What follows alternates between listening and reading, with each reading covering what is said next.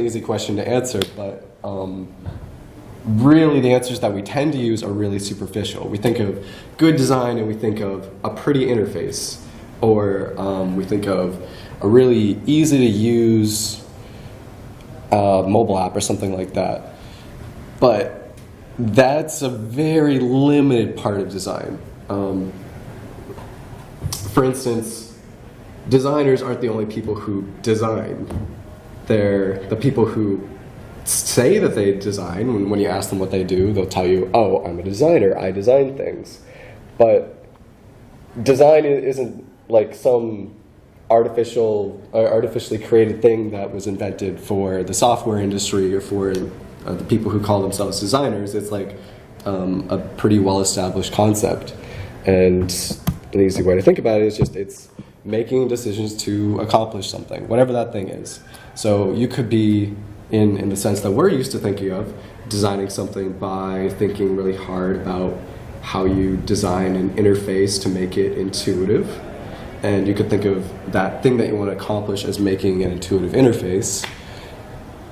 Or you could be a programmer, which is a little bit more fitting for the 2.5 developers here, where you're designing a database or you're designing a class in your software library. And we still call that design because it's still the same process under the hood. It's still going through, thinking about it really carefully, and making decisions as we go that are aligned to this thing that we want to accomplish, that we could call it the purpose that we're trying to achieve throughout our design. And whenever we talk about design concepts, that doesn't just mean that everyone can start calling themselves a designer. That's not necessarily useful, but it means that design concepts work for everyone, at least in some way, because everyone does some sort of design. When a designer, even say you think of like some famous graphic designer who makes these beautiful illustrations or visualizations that seem like they just have some magic artistic property. And that kind of confuses the idea of design, because then you've got this concept that looks like design and we call it design, when really it's just the person having built up throughout their life enough experience to know what looks good, what might be intuitive, what kind of tricks they can use, and then going through very, very carefully making decisions about how do I display this, what do I want, what am I trying to communicate, how do I don't know, like even something like choosing a color scheme it's still that same process of thinking it through in your mind. You know, you've got a certain sort of goal that you want to accomplish with that color scheme. You know, you're trying to do something maybe specific, maybe vague, it's hard to say, but you have to think through that process in the same way that if you were a developer, you'd be thinking about, what do I want in this database? Do I want to split everything up into very fine-grained tables, or do I want like very large tables that hold all my data, or do I want to make this very deep and relational, or do I want to use NoSQL or something and have no relations whatsoever? It's that same process that's going on in your mind. So, as I said, everyone designs in some way, and you've got different levels of design. To be clear, it's not like everyone's doing the same thing, because you've got explicit design, which is what we normally think of as design, when you're consciously deciding that you want to design something, and you're thinking through that process either carefully, maybe not carefully, but you're at least acknowledging that you're thinking about it. But it doesn't have to be explicit. When we're, I don't know, say you're walking along the street and you're trying to pick out a place to eat lunch, you're still kind of, in that same sense, processing that decision in your mind, going over all the different possibilities, trying to figure out what you want to accomplish, what your purpose is with going out and getting lunch somewhere, so that you have some sort of background to make that decision. And you might not be consciously thinking about that as a design choice, because we normally don't think about something like that as a design choice. But it's still in your mind at some level design. It's just implicit. And these aren't just two different states where you decide that you want to design something and it suddenly becomes explicit design, and then that's a completely wildly different category from implicit design. It's a spectrum. You've got implicit design that's just purely subconscious, and then you put some thought into it without thinking of it as design, or you put some thought into it thinking of it as design. But you can always get more implicit by thinking about some things less, or more explicit by thinking about some things more. And it's kind of the whole rabbit hole thing of how far do you go. So when you're thinking about how far you want to go, you first have to decide what you really want to accomplish. Like, what's your purpose here? If it's a design decision like making an intuitive UI, that seems pretty basic. It's just, I want to make this UI intuitive. But when it's a design decision that's something more like, I don't know, what do I want to eat? Or I'm trying to host a party. How do I want to set up the party? That might be an implicit design decision of how do I want to design this party, or it could be explicit, but you still at some point need to figure out what sort of feeling you want to give your guests, what kind of experience you want them to go through, who you want to invite, how crazy you want to go, things like that. Like,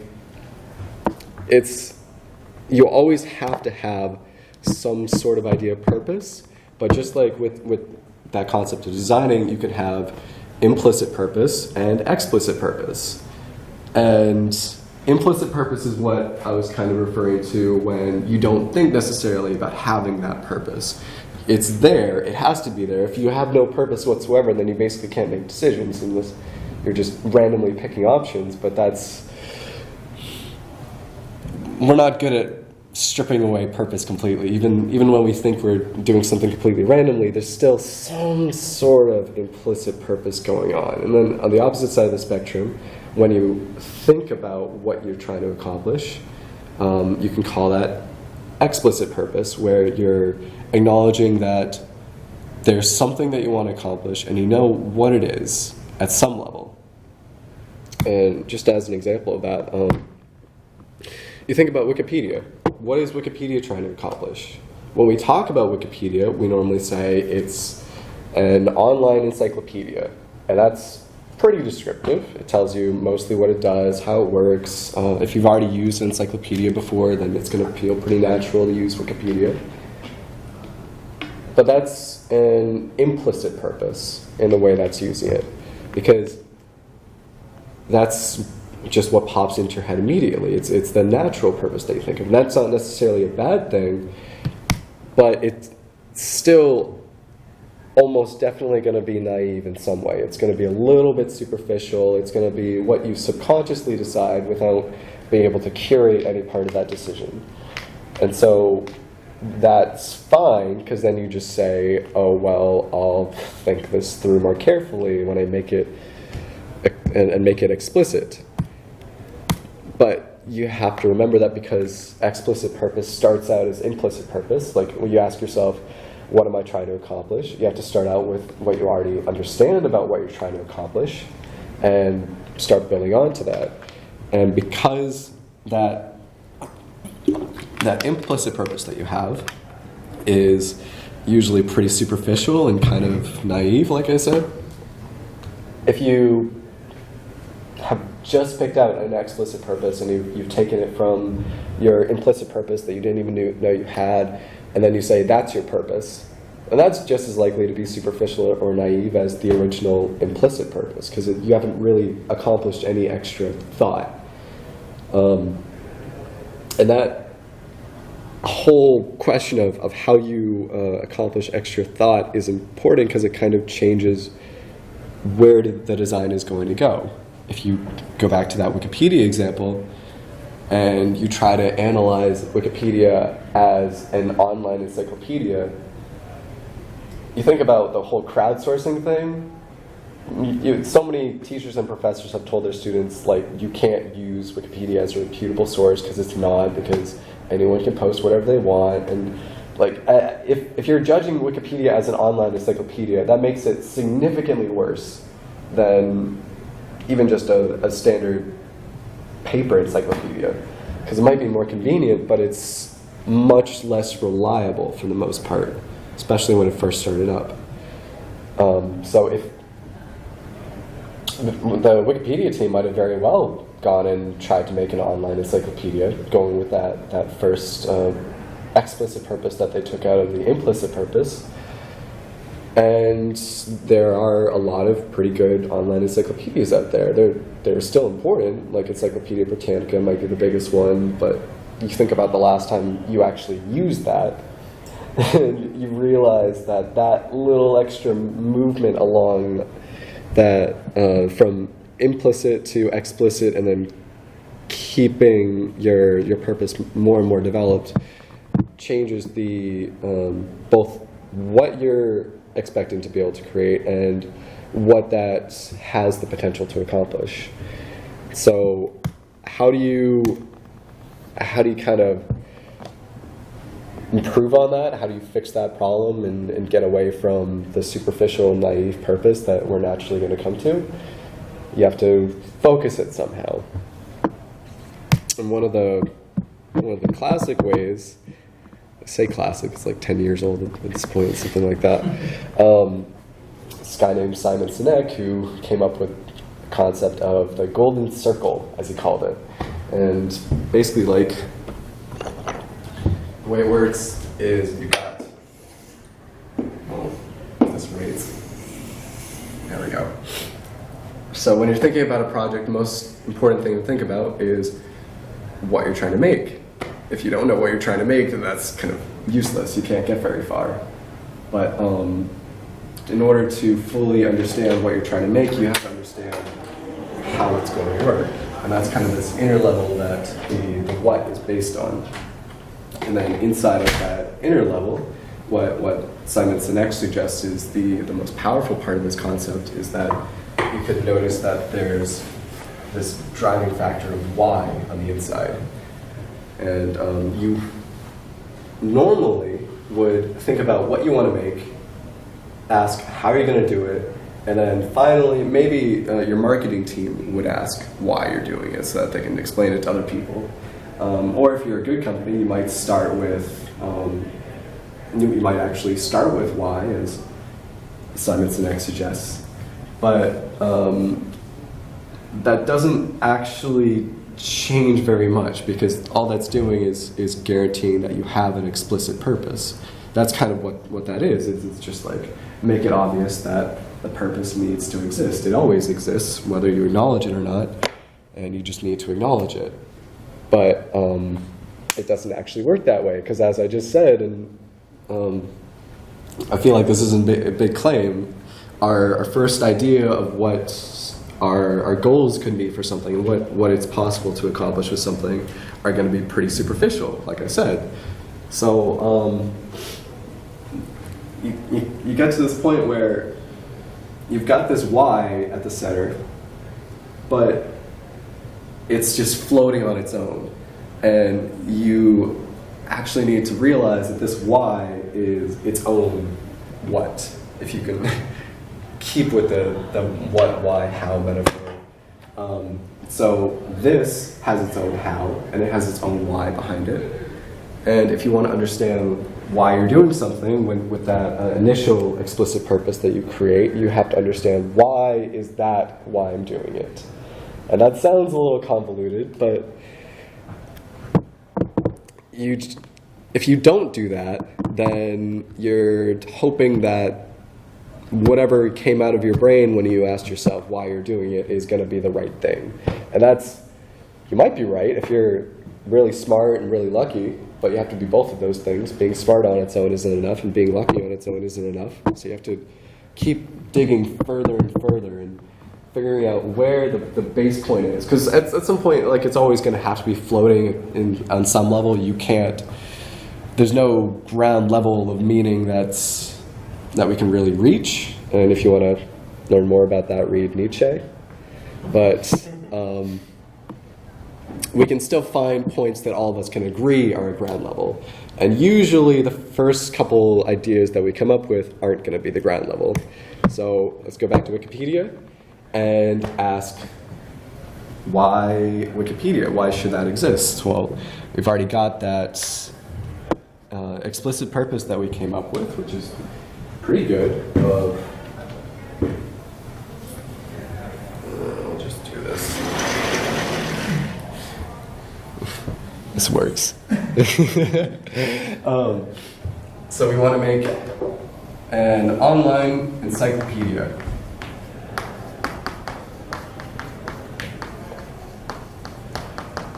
And that's great, but why do we want to make that?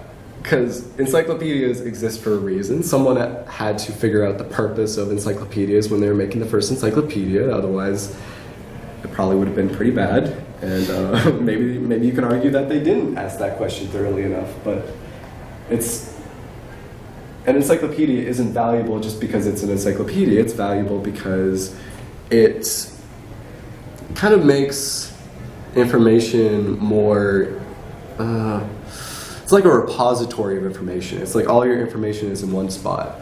And when you've got a physical encyclopedia, that's nice, that's convenient, but at the same time, they're expensive, and the amount of money in your wallet determines the quality of the encyclopedia you can buy, which means that the amount of money in your wallet determines the quality of information that you have in your life.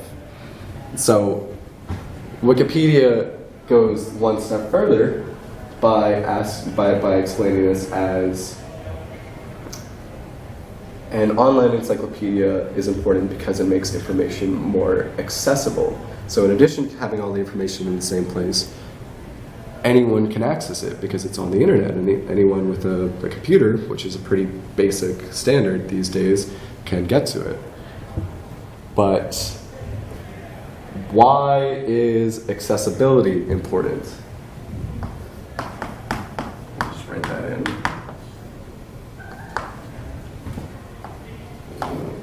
Because accessibility on its own is kind of just as meaningless as an encyclopedia. If you made the information on how to make homemade bombs more accessible, that is making information more accessible, but it's not necessarily doing social good for the world. It's not accomplishing anything important. So why is accessibility important for Wikipedia? Because it gets more information to more people. And that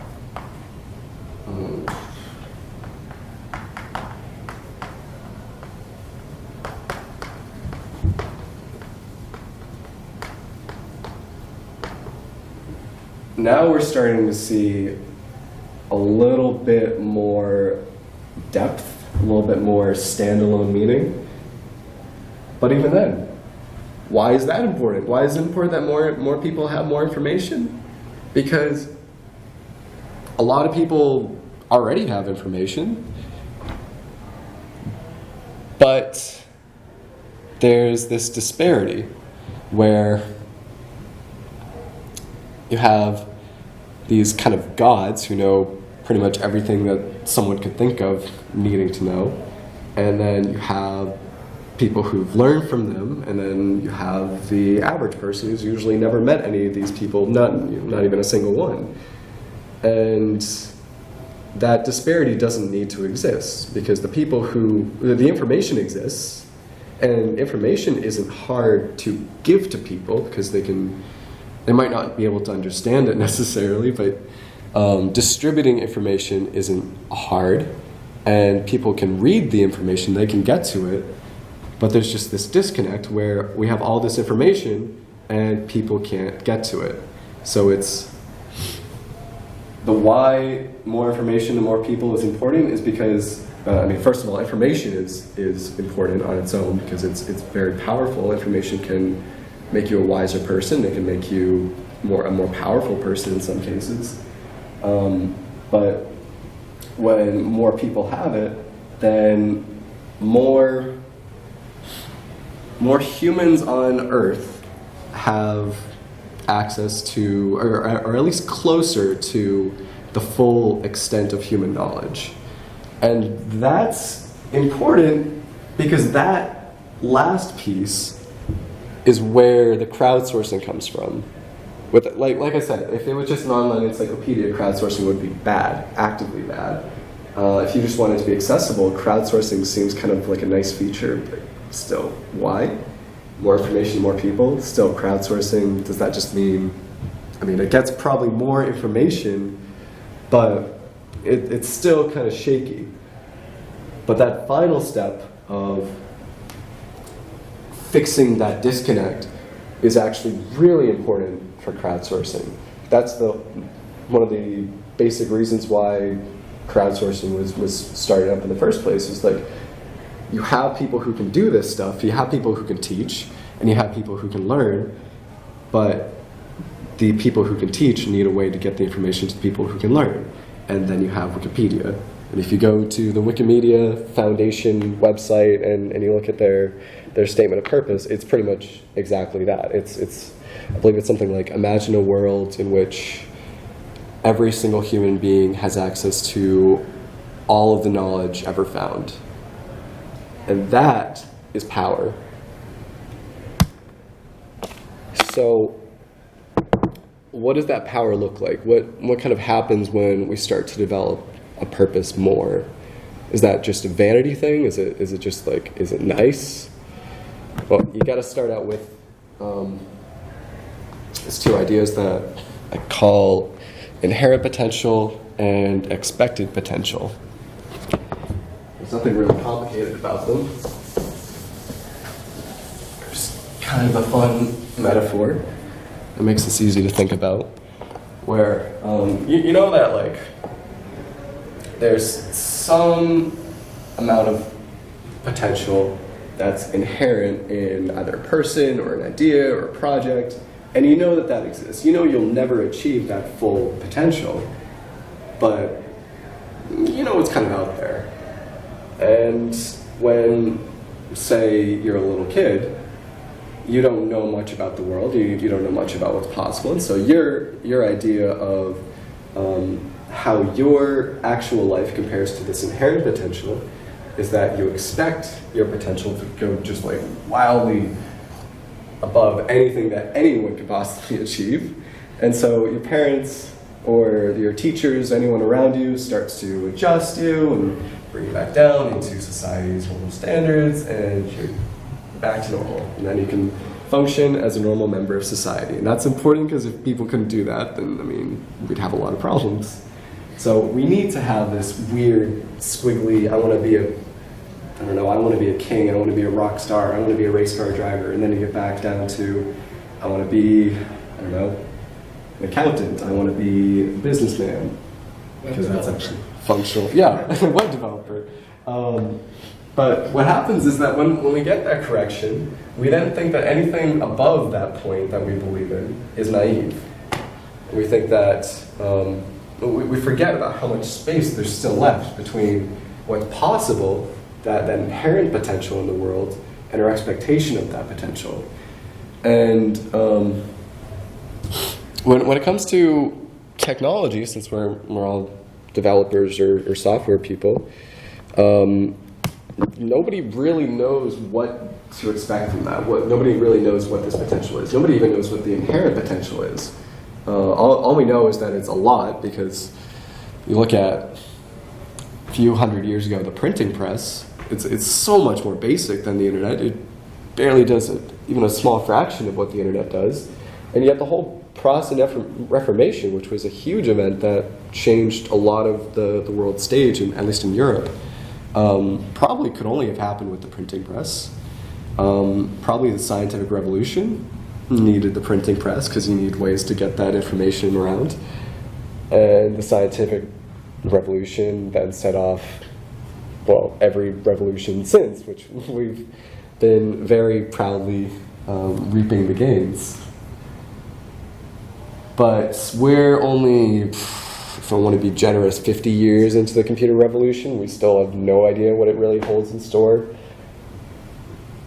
But we've kind of figured out the technology part, as far as like making powerful enough computers to accomplish what we want to accomplish. We're kind of already near this inherent potential.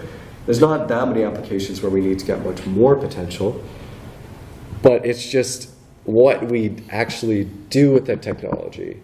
And that comes back to those ideas about design and purpose, because what we want to do with the technology requires us to understand, whenever we're doing a technology project, what we're trying to accomplish. We have to have some sort of ability to dig into the space between the expectation that everybody kind of has and the potential that's kind of there.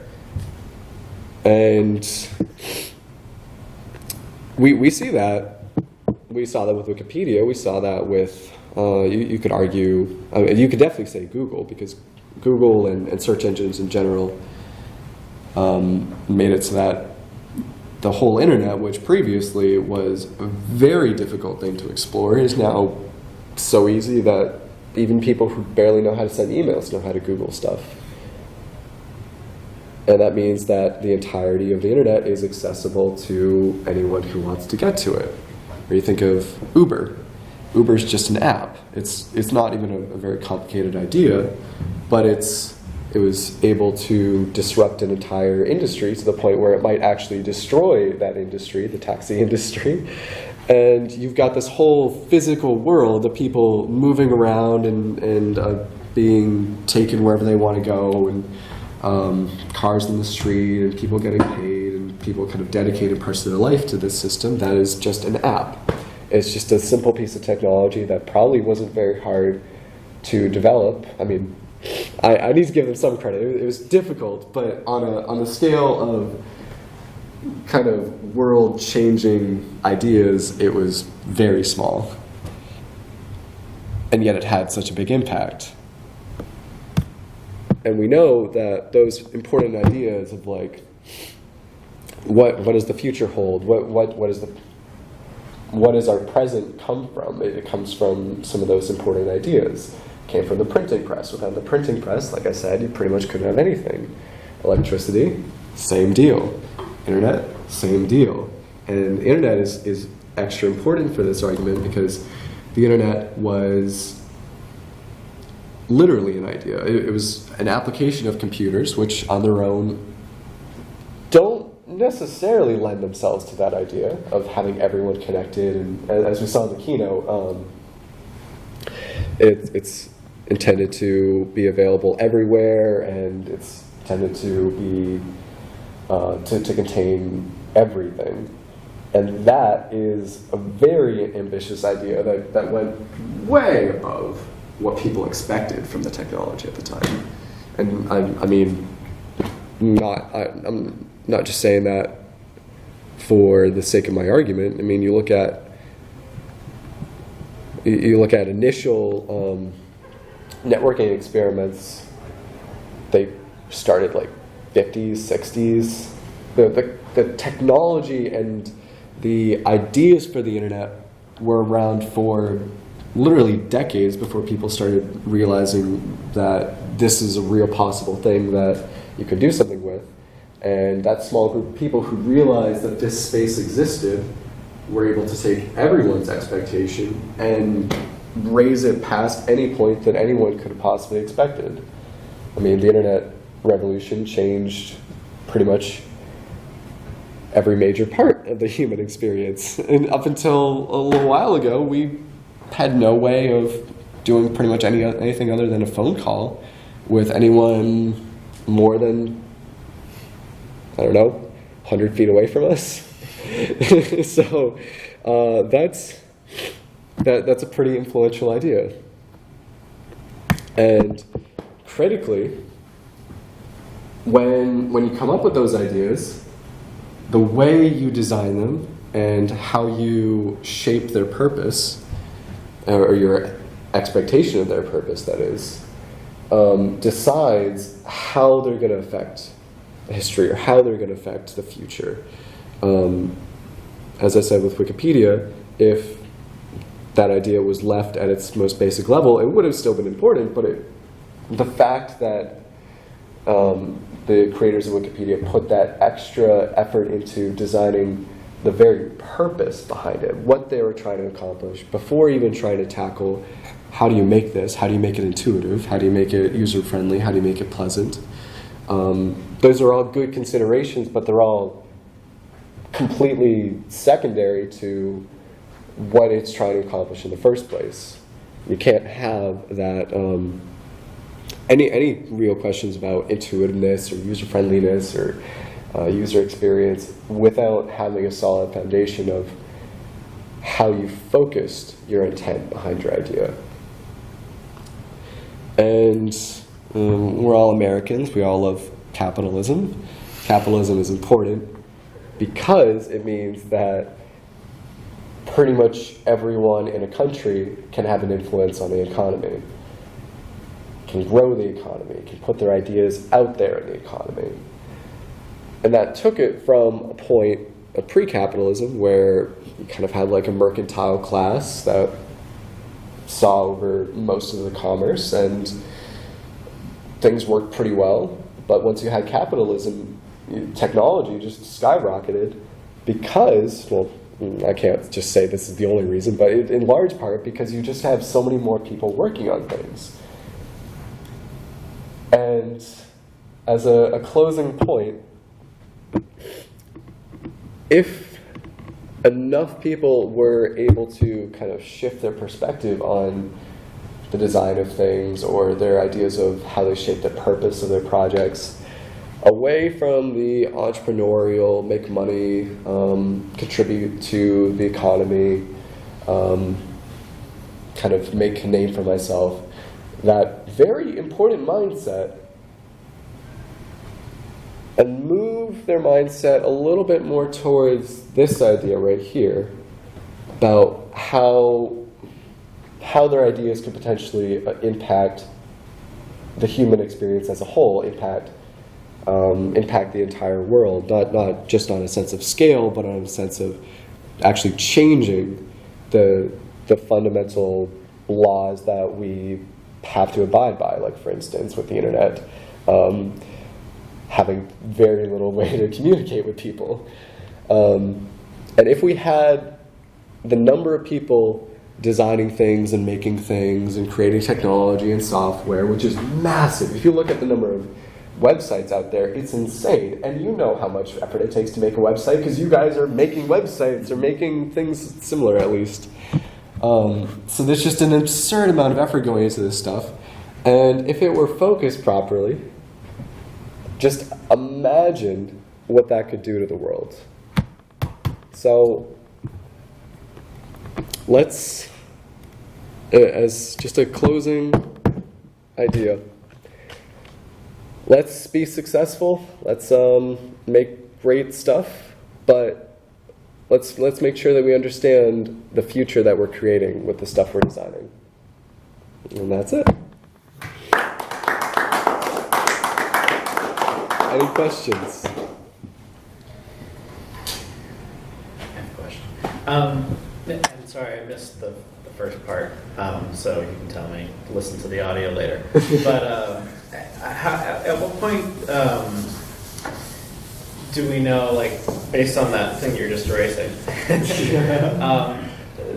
the opportunity for potential, right? The gap. And somebody, I think we both know, asked me this question, and it's made me kind of think about this for a while. Is like, how do we know what we don't know? Like, how do we know what that potential is? Or can we become more aware of that? Because in my line of business, we get into sort of a momentum where, we get comfortable and we build sites and we assume that sites need like a navigation bar, for example. But like, how can we start thinking a little differently and understanding where that potential may lie? Well, that's kind of where the whole what, how, why thing comes in. Because when you're digging into the why and you're chaining together like, oh, this is why I'm doing this. Well, wait, why is that why? When you're asking those questions, you're kind of prompting yourself to to build an understanding of what like the expectation is, and then kind of just making it obvious enough that there's a chance you could find something new. And that's I mean, you're right, like you can't just go plunge into some visionary line of thought that you have no reason to expect to actually work. But you do definitely know that whatever is possible, let me rephrase that. You definitely know that your expectation of what's possible is limited, and you know that more is possible than what you currently think of as possible. So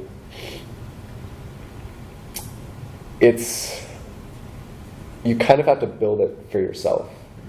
It's not something that already exists. That inherent potential is not like a worldly thing that objectively exists in the universe. It's just what we can do as humans building stuff. So you can't even discover it. You just have to invent it. You have to put ideas together, and when you keep asking why you're doing something, try to synthesize those together. Think about how that synthesis is going to affect either the idea itself or the world around the idea, and hopefully you'll come up with something. But I mean, I know with myself, like, it's definitely worked. It's not an elegant way of doing it, and there's probably much better ways of thinking about this, but I know that it works. So, do you think that you use the kind of the invention of the internet as like we didn't realize the potential of this thing? Do you think that was a mistake on the creator's part? And I know there's multiple people, but do you think that was a mistake, or do you think that was intentional? As in, like, did they understand the potential of what they were doing, or was it sort of blind luck? I think I see what you're saying.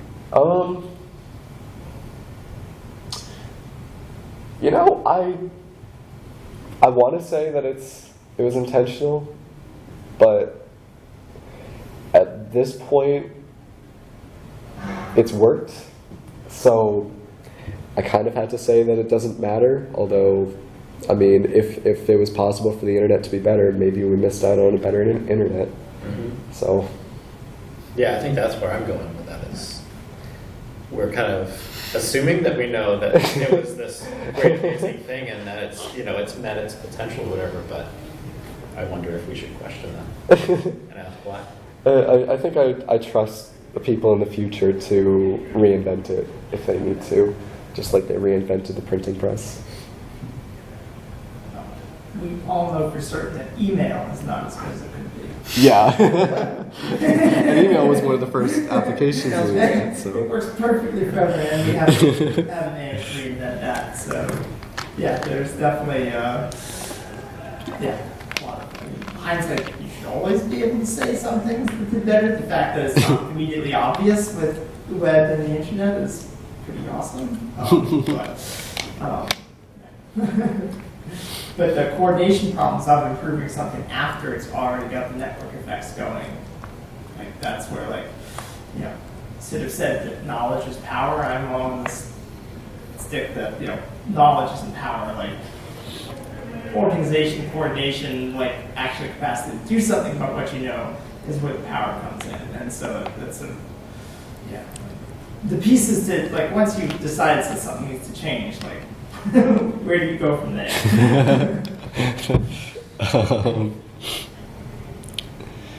Well, the nice thing about the internet is that it's a really effective way to get ideas out there. So even if you don't feel like you're smart enough to pull something off, or people around you aren't smart enough to pull something off, maybe that just means you need to find a way to hunt those people down, connect people to get people inspired by your ideas, and hopefully they'll hear you. But I mean, the nice thing about the internet is that, and computers in general, is that social change or social impact is way, way cheaper than it ever has been in the past. Websites might be really hard to make on your own. Apps might be really hard to make on your own. Pretty much everything technology is pretty hard to make as a one-man team, but you can do it if you put enough time into it, and then it will have the effect that it would have if it was made by a massive team. So it's still possible.